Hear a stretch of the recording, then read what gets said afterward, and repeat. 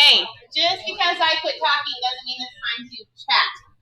All right, so today we're going to talk about chemical reactions and the different types of chemical reactions. Everything we've been doing so far has been building up to this. Learning to use the periodic table, learning about valence electrons, learning how to draw Lewis structures, learning about different charges on electrons, writing equations, balancing equations. All of this has been leading up to this, which is what we are finally getting to, which is different types of chemical reactions. Let's see if I'm working here.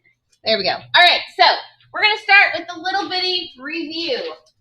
So if we look up here, for the given reaction, identify the reactants, the products, the reaction symbol, and balance the reaction. So, Isabel, tell me which are the reactants? The left side. The left side, which is what? Ca, Cl, and NaCl. Good job. So name CaCl.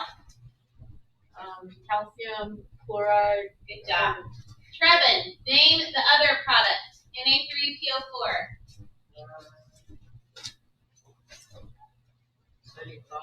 Excellent job. All right, so which side are the products? Caleb. The right side. The right side. Name the first one. Calcium phosphate. Good job. And the other product, Blake? Sodium chloride. Good job. Now, what is the reaction symbol, Daniel? The arrow in between. Great job. Now we need to balance the chemical reaction. Has anybody already done it? You're done? Let's hear it. Is it 3, 2, 1, 6? 3, 3, 2, 1, 6. 1. Yeah, 3, 2, 1, 6. 3, 2, 1, 6. Good job. So, if the reaction is balanced, what law in chemistry is it following? Conservation of mass. Good job. Are the number of valence electrons on both sides of the equation equal? Yes. Yes. Are the types and numbers of bonds on both sides of an equation equal? No. No, they are not. Those bonds are breaking and they are reforming. The number of bonds does not have to be the same on both sides of the equation. All right, we have 7 diatomic atoms. We have 7. You have to know them. All right, Samuel, let's hear them. Hydrogen, fluorine, nitrogen, oxygen, iodine, chlorine, and bromine.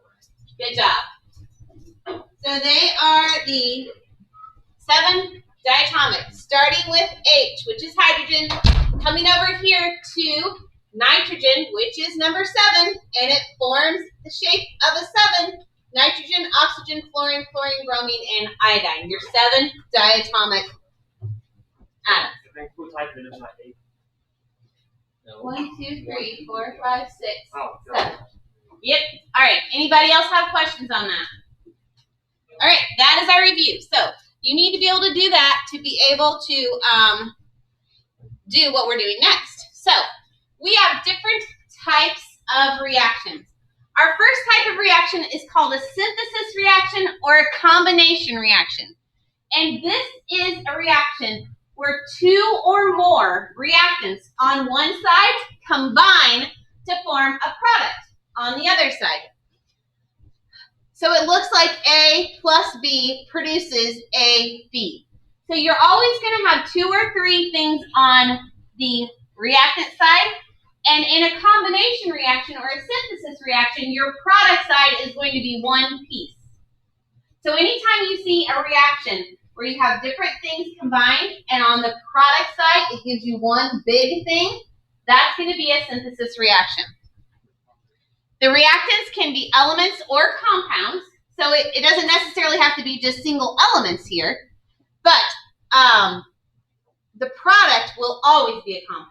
It will always put them together. So let's do an example of a very simple synthesis reaction. I'm going to get out of this. Very simple synthesis reaction.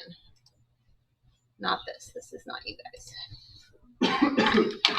Okay, so in a synthesis reaction, let's say we have hydrogen and oxygen that come together. If I'm going to write hydrogen and oxygen, I would write H. This is always the diatomic plus oxygen. And when I put hydrogen and oxygen together, what does that form? H2O. Great job. This is not balanced, but you can see that this is a single element, this is an element, and they come together to form a product. So anytime you have things that add together and make a product on this side, that is going to be a combination reaction or a synthesis reaction. It's called both things. Anybody have questions on that one? Okay, that is reaction number 1. Reaction number 2 is decomposition. What does the word decomposition mean? You break down. To be broken down. Good job. So decomposition reaction is when you start with a compound on one side and it breaks down into smaller pieces on the other side. The reactant on the left side is always a compound. So it always starts with one big thing. And the product side always breaks down or makes into smaller pieces. So in this example, it's AB produces A plus B. Most decompositions require some kind of input of energy, whether it is light, heat, electricity. When you input that energy, it breaks those bonds and those pieces decompose into smaller pieces. Even water can be decomposed into, what does water turn into? Hydrogen and oxygen, that's right. When you add electricity to water, it will break down into hydrogen and oxygen. What do you suppose that looks like? I would go with It looks like bubbles. Oh, Yeah.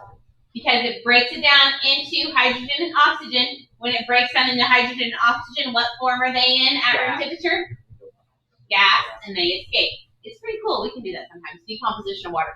All you do is put water in there and you add the electricity and it'll immediately start to bubble. And that bubbling is not heat. That is not evaporation. That is hydrogen and oxygen breaking down. Yes? So is that like electricity, like with water, like really dangerous? No, that's because electricity, water also conducts electricity. Okay. Just not bueno for people. Okay, so we've got synthesis or combination reactions and decomposition reactions. These are kind of just two of the opposite ones. Anybody got questions on this one? All right, so our next type of reaction is called a single replacement reaction. Yes, Lily? Yeah, we can do it. I thought I did, but we did. Yeah, that's right. Water decomposes into hydrogen and oxygen. Yeah. Exact opposite of the other. Should we even be balancing these as we go, or can we just leave it as like H2O? I mean, if you know how to balance it, then you're fine. Should be. I'm kind of with Sammy. It will say write a balanced equation. Most of the time they will have you balance them. Yes. All right, so single replacement. This is when one element replaces a second element found in a compound. So typically you start with an element, which would be A, and you have a compound for BC. And what happens is A comes over and kicks B out and takes its place. So imagine that you have a guy standing on the edge of the dance floor. He's A. B and C are dancing. All right? The guy goes up, taps the other guy on the shoulder, and takes his place. That is what single replacement is. Now, guy B is left without a partner. Here's the deal. In this example, metals always replace metals, and non-metals always replace non-metals. You do not switch so that you have two non-metals together or two metals together.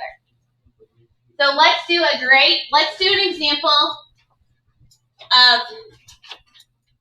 example of this one.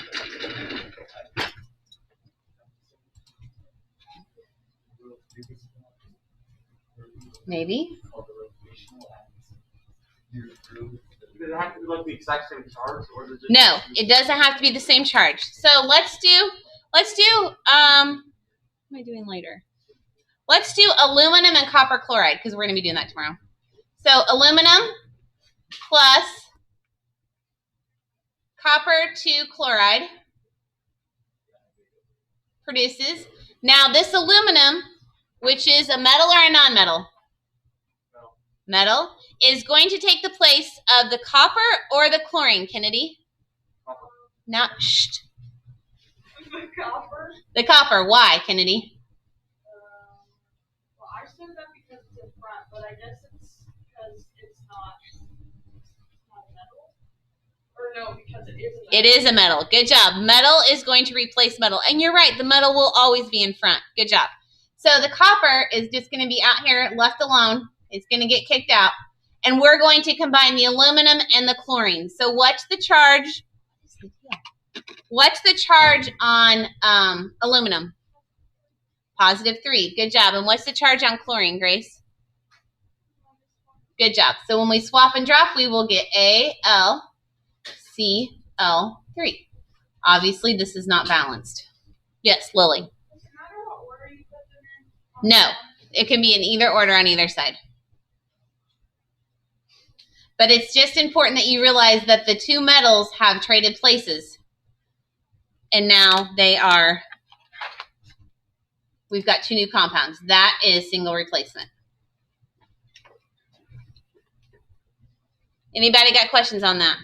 Also on my PowerPoint, you can see that it says the plus always changes with the plus and the negative always changes with the negative. So that also leads to our metal and non-metal. If you get confused on, oh my gosh, what is this? You can look and you can see that aluminum was a +3 and copper was a +2 in that example, and the chlorine was a negative. So that it always replaces with the same charge. All right, next question, double replacement. This involves the exchange of positive ions. Are positive ions metals or non-metals? Metals. Positive ions are metals. They are typically located on the left side of the periodic table or group 3. So the double replacement, it means they are going to switch places. So imagine you have 2 couples dancing on the dance floor and the guys switch partners. They're all still dancing. They're all still paired, but they have switched partners. Typically, when you have a double replacement reaction, you have, in chemistry, you get a precipitate. Does anybody know what that is? Dylan. So when it turns to a solid. It is when you turn to a solid. So it's when you put 2 liquid things together and you get a solid. So that is typically what you see that a lot in a double replacement reaction. Is you get a precipitate. A lot of times that precipitate is point. What is the opposite of that? When 2 solids form together to make a liquid? Okay. Okay. I don't know. 2 solids don't make a liquid very often. Right. So. Because they won't mix. That doesn't happen. Okay.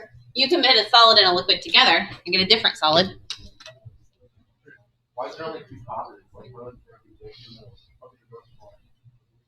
You're answering your own questions. We're going to do an example of that one in just a minute. All right. The next type of reaction. So we have done synthesis. We've done decomposition. We've done single replacement. We've done double replacement. The 5th type of reaction is a combustion reaction. Anytime you see a reaction and your products are CO2 and water, it's combustion. Every time. These are typically the hardest ones to balance when you are balancing chemical reactions. So this is an element or a compound reacts with oxygen. It produces energy, carbon dioxide, and water. So you don't always have oxygen by itself, but on the reactant side, one of the reactants has to have oxygen in it. And then on the product side, you always have CO2 and water. Why? This is combustion. What do you guys already know about fire? It's hot. Good. It gives off energy. It gives off heat energy. What other kind of energy does it give off? Light energy. Good job. What else do you know about fire? It burns things. Fuel. Yes. It It uses uses the oxygen in the air. the oxygen in the air. What happens to a fire or a flame if you put like a cup over it? It runs out of oxygen. It runs out of oxygen and it goes out. As soon as there's no oxygen left, there's no combustion reaction. So you've got to have the oxygen on the reactant side or the reaction will stop.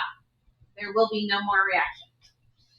And it always produces CO2 and water. So all of that carbon lovely ash stuff is a byproduct. So there has to be water on one side and on one side, on both sides. You said? No, the product side will always be CO2 and water, always. So that's a super easy one. If you get a reaction and the products are CO2 and water, combustion. You don't even have to look any further. Okay. The sixth type of reaction is a little bit harder to explain because we haven't covered acids and bases yet. But here's the deal. An acid reacts with the base to form a water and a salt. Now an acid, here's something you guys haven't learned yet. An acid always has a hydrogen ion in it. So typically acids have a hydrogen, it says HA because it means hydrogen plus anything else reacts with the base, and the base is B, and this one is OH. Do you guys remember? Polyatomic? Oh, not hydroxide. Hydroxide, yes. Anything plus OH gives you a base. So, an acid and a base reaction, they come together and they form a water and a salt. So you see here is your HCl. Is that my acid or my base? It is the acid, yes. See how it has the hydrogen ion here? Then we have, what is the name of this product? Sodium hydroxide. And is it an acid or a base? It is a base. These come together and you see that the hydroxide and the hydrogen mix to form water and NaCl. I wasn't really thinking about this because these are the two most common acids and bases that we use in this classroom. They happen to form NaCl, which is also commonly known as what? Salt. Table salt, that's right. Sodium chloride. Yeah, okay. Well, remember, because like on pH scales, different acid and bases have different strengths. Does it have to be like equal strength? The reason acids and bases are different strengths is because the hydrogen ions and the hydroxide ions dissociate at different levels. Some of them don't always leave completely their other ions. Some of them still stick together. So the strength is not dependent upon what ions are present. The strength is dependent on how much the ion dissociates from the other. Okay. So, and something that is a strong acid doesn't necessarily mean that it's like going to burn you more. It just means that the hydrogen dissociates more.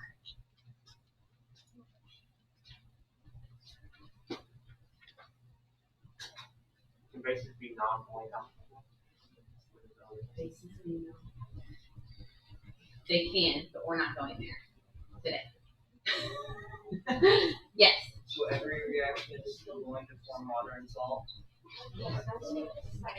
Yes. And now, hey, Hunter asked a great question. This says it's going to form water and a salt. A salt is not always NaCl. There are lots of different things that are salts. That just happens to be what we commonly call salt.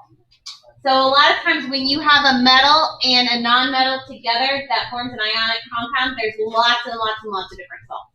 So Great question.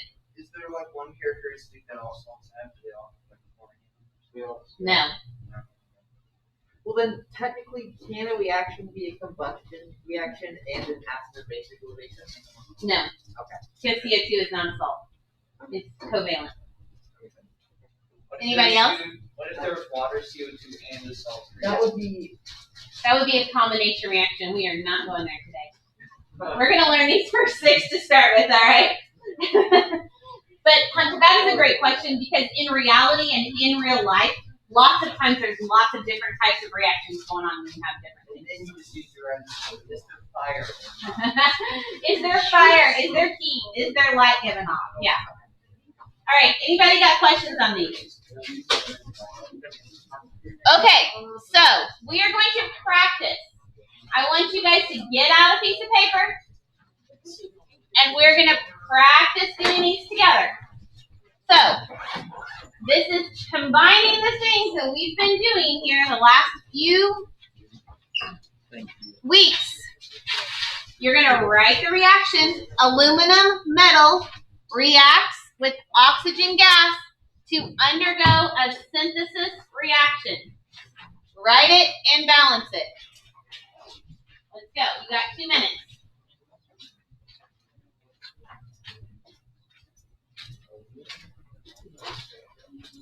Do not forget about your diatomic atoms.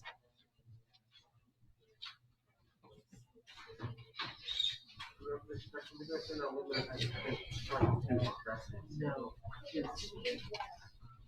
Hold on, I'm going to pause this. Okay.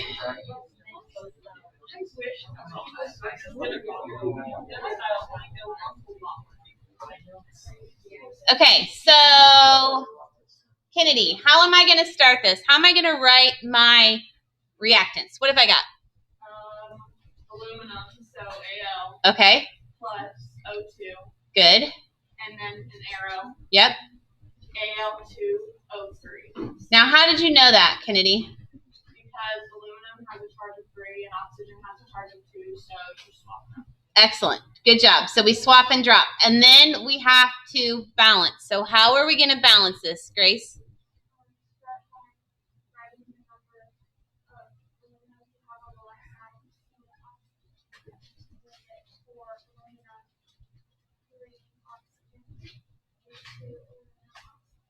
Excellent job. That is what your equation should look like. So you guys, today, you used your naming, you used your writing of ionic compounds, you used your knowledge of products and reactants, and you used balancing. Now, what type of reaction is this? Combination or synthesis? Yep. All right, let's do the next one. Real quick question. Yes. If I put combination, would that be an acceptable answer for what type, or would you always want? No, combination is also fine. Okay. All right, do this next one. Aluminum plus magnesium oxide produces. This is, they say it is a single replacement reaction. Hey. Some of those word searches, Yeah? there's not enough of those. Oh, awesome. Okay. You have a blank. We've got aluminum and magnesium oxide.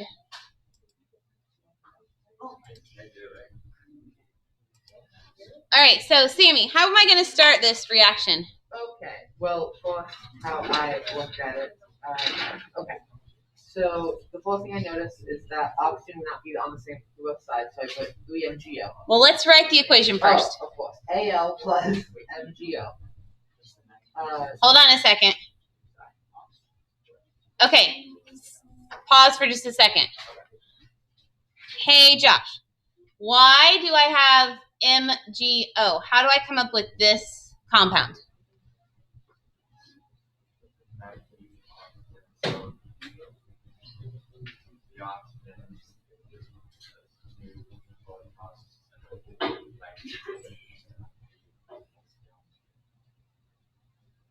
What's the charge on magnesium? +2. Good job. And what's that on oxygen? Good. So what happens when I swap and drop?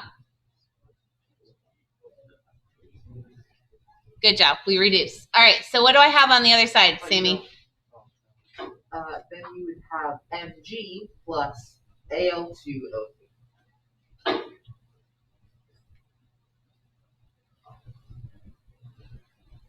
Yes, Kennedy. I have a question. So, like, does it matter if you put Mg, like, after? No, At the end? it doesn't matter which order you put them in. It doesn't matter which order you put them in on either side. Okay, Abby, how did I come up with this Al2O3? That's right. Good job. So aluminum has a +3 charge. Oxygen has a -2. We swap and drop. All right, who's got this balanced? Isaac? Yeah. 2, 3, 3, 1. 2, 3, 3. Good. 2, 3. Excellent. Okay, good job. Does anybody have questions on that one? All right. So we have 10 minutes left. There are 5 problems left on the practice that I would like you to work on. Copper 2 sulfide plus chlorine, and there's 4 more. So you guys look at this and write them out. If you have questions, with about 6 or 7 minutes left, I'm going to come around and I'm going to tag different ones of you to write them up on the board so that you can see the correct answer.